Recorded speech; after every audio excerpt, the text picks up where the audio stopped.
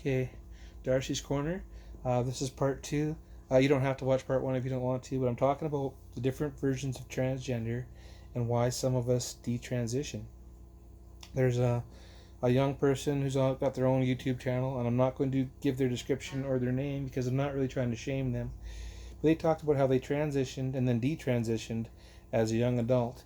And the reason they kept giving for why they transitioned in the first place, that's why I didn't watch the whole video. I couldn't, because it was just, their reasoning was triggering to me. And he's now a he, and he's happy that way for the moment. He says, well, the reason I transitioned is because I was delusional. No, my friend, you were not delusional. And again, I'm going to speak as though I know what this person's mind is, but obviously I don't. I'm not inside their head. But this varies from one individual to the next. And for some of us, and there's plenty of YouTube examples, Blair White's a good example because she knew when she was like 5 or 6 and told her parents, and from there on out she was her, and that was fine. And she was 100%, I'm her, right? And there's many other examples, famous examples and really popular examples. Nikki Tutorials is one. Now, we didn't know she was trans until many years later, but she knew as a child, 100%, she was trans, went to mom, went to the schools, sorted it all out, is a beautiful young woman. She's amazing, right? Um, and that's great. But we're not all there, and we don't all start there. And for many of us, this thing comes and it goes, or it's there, but we're like, there are so many androgynous people and or people who are dual gender or bi-gender, and for a long time people like us, people like me, were shunned by the trans community because we were considered to be not serious, right? The very first trans meeting I went to, I said, well, I want to be her, but not all the time, and I don't know if I want to give up all my body parts. I kind of like my lower half.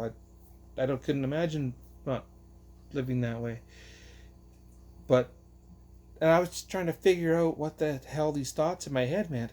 And they're like, well, you're not like us, therefore you're not trans. Get out and don't come back.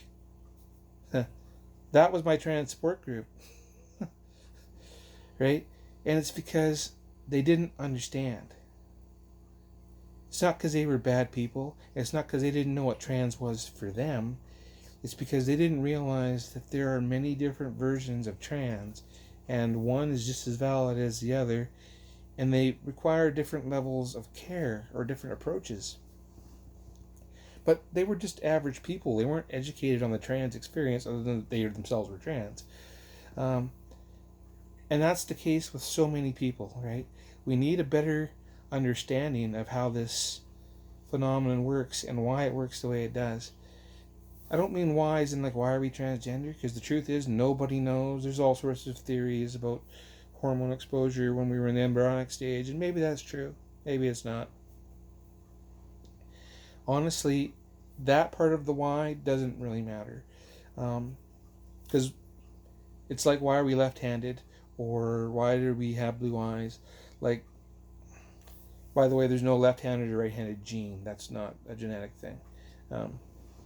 But it doesn't really matter why, right? It just matters that some of us are left-handed, some of us are dyslexic, some of us are whatever, and we just have to learn how to manage our lives with these different conditions. In the case of this young man who transitioned and detransitioned, I believe that they are bi-gender or dual gender or inherently non-binary in some way, much like myself, right? So for me, there were many times when, like I said before in another video, my feminine side would go away for months or years at a time, and I would forget that it even existed in the first place sometimes. I mean, that's why I didn't check this out. I put this away when I was 10. I didn't really examine it, like with the intent of figuring it out, until I was 30. Well, there's 20 years in there where I would have girly thoughts. Sometimes it's sex related, but sometimes it's not. Sometimes it's just, wouldn't that be fun?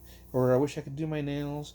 Or I would see, I'd be sweeping up the floor at Walmart, I was a janitor there for a couple of years, and there was a big display on the wall with a eyeliner and stuff and eyeshadow. I'm like, oh, man, that's so pretty. I wish guys wore makeup.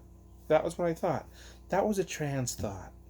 That was a feminine thought, but I didn't know it was a feminine thought. It was just a thought in my head.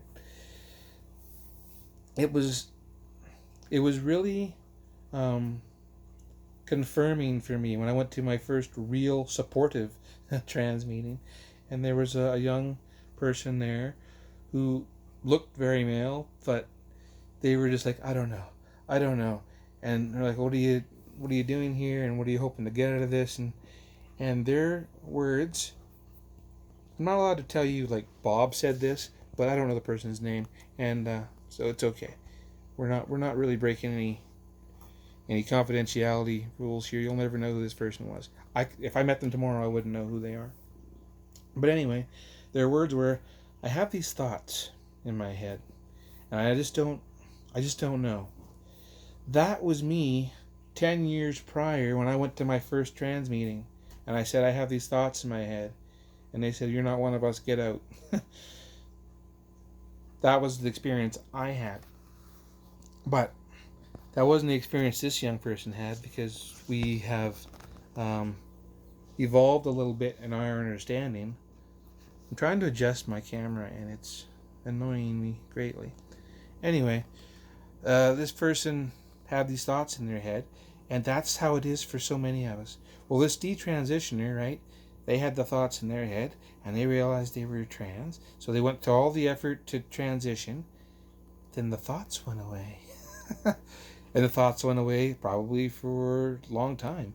6 months, a year, maybe 2 years, I don't know. And this person in the video, they're under 30 still. So the thing is, the thoughts can go away for years at a time, and then later they come back. I'm a LDS member, a member of the Church of Jesus Christ Latter-day Saints, and I was trying really hard to be a good Latter-day Saint, which means you can't be a member of the rainbow community at all. And I was trying to do that effectively, but of course it wasn't working. But for like a 2-year period, the thoughts went away. They weren't there. I had just grown my hair out, and in the past I'd start growing my hair out, and then the thoughts wouldn't be there, and I get tired of having long hair, and I'd cut it. This time I said, screw that, I'm just going to grow it forever. And the entire time I was growing it, like initially, the thoughts were gone. I didn't have those thoughts anymore. And so for like a 2-year period, the thoughts were completely gone. During that time, I got my temple recommend. I got sealed in the temple. And, I thought, finally, I beat this thing. Hooray. I'm on the other side. And then the thoughts came back again. And then at that point, I YouTubed transgender Mormons and found a few. And I found one who was a former bishop, served 10 years in the temple, and then transitioned at 60. And I went, I'm almost 40. Do I want to live in this torture for the next 20 years to just lose at 60? Because if I want to transition, really, I want to transition back when I was 30. I wanted the hot young femme body. I wanted that. But I was, told I wasn't supposed to have it because it was against God and mom and the wife and all that other stuff. No, I could have had that back then. Now I get maybe middle-aged old lady body if I'm lucky. But anyway, I'm going to do it now instead of waiting 20 years to start it and torture myself that whole time. But back to these detransitioners, or people who stop for a bit. Because especially when you start playing with your hormones, it's going to do a number on your emotions. It's going to make little things become very big things very fast. You're going to get very sensitive to things. And you'll even realize when you're in the middle of it, like, I am having a fit over nothing. Like, yes, this thing is a little upsetting, but holy cow, am I ever, really upset? and you are genuinely upset. Or the other thing that happens is you go totally like neutral, like you just blank stare. You no longer have any desires or any emotion at all. And that's a weird feeling. All these things are temporary. They're all on your way to where you're going. Um, and you have to, it's good to be aware of that.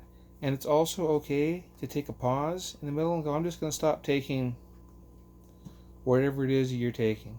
Now, be aware of the consequences of that.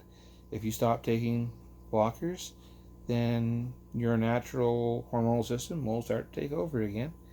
And maybe that's good. Maybe that's bad. And whatever mix you end up needing for you when it comes to hormones or not, or blockers or surgeries, or having parts added or removed, that's going to be individual. That's going to take time for you to work out. You're going to want to talk to professionals, doctors, and other people who have maybe been through this or have experience in this. And all that information is available now, so you can go and do that. Most of us can anyway. I'm a white person in a first world privileged country. So if you have those advantages, you can do those things. If you don't have those advantages, hopefully you have access to the internet and YouTube and Reddit and other resources where you can get that information. But if we're doing this properly, if we're helping people get to where they need to be, we're going to make that information available, and we're not going to shun people for stopping or for going back or for realizing that maybe I wasn't trans, maybe I just had depression, right? Because the dysphoria and depression, very similar symptoms, right? So that's another thing. Some people have depression or some version of it or some other problem, but they get fixated on feeling bad about this part of their body or this thing or that thing, and they don't realize that they didn't have dysphoria. But like, the only way to know is to do it. And if you're trying to be safe, the safest, and avoid hormones and stuff, then you want to do it, especially when you're younger, just with clothing and attitude and stuff. And you can do that when you're younger. When you're older, if I just go out in a dress and makeup, I'm just a man in a dress, right? But even now, I can see my face is changing, which makes me very happy. My voice still has a long way to go. My face still has a long way to go. Anyway, this video is getting quite long now. It's definitely over 10 minutes. If you stayed, that's great. Please like and subscribe. I am trying to grow a bit of a user base. And I hope this helps people understand that we need to understand this phenomenon better, and don't hate on anybody who detransitions. But don't impede anyone else's progress either in living their own lives. We all want to move forward, and we should all be on the same team. Okay. Darci's Corner, out.